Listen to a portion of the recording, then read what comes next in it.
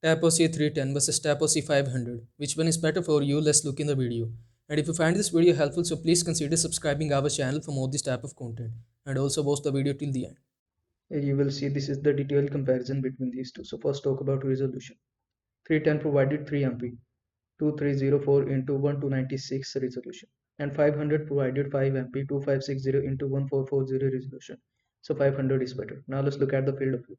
310 provided 110-degree field of view, and 500 provided 120-degree field of view. So 500 is better. Now let's look at the night vision.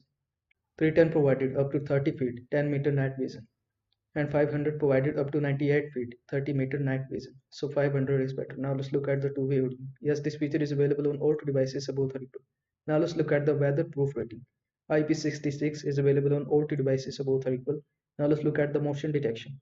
Yes, customizable alerts is available on all two devices above 32. Now let's look at the storage options.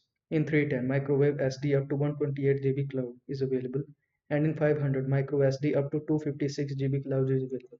So 500 is better. Now let's look at the price. The price of 310 is generally cheaper, and the price of 500 is slightly more expensive. So 310 is better. Now let's look at the smart home integration.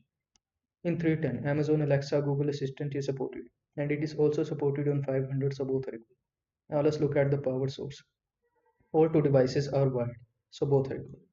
I hope this video was helpful to you. Make sure to like this video and subscribe to my channel for more this type of content. Thanks for watching.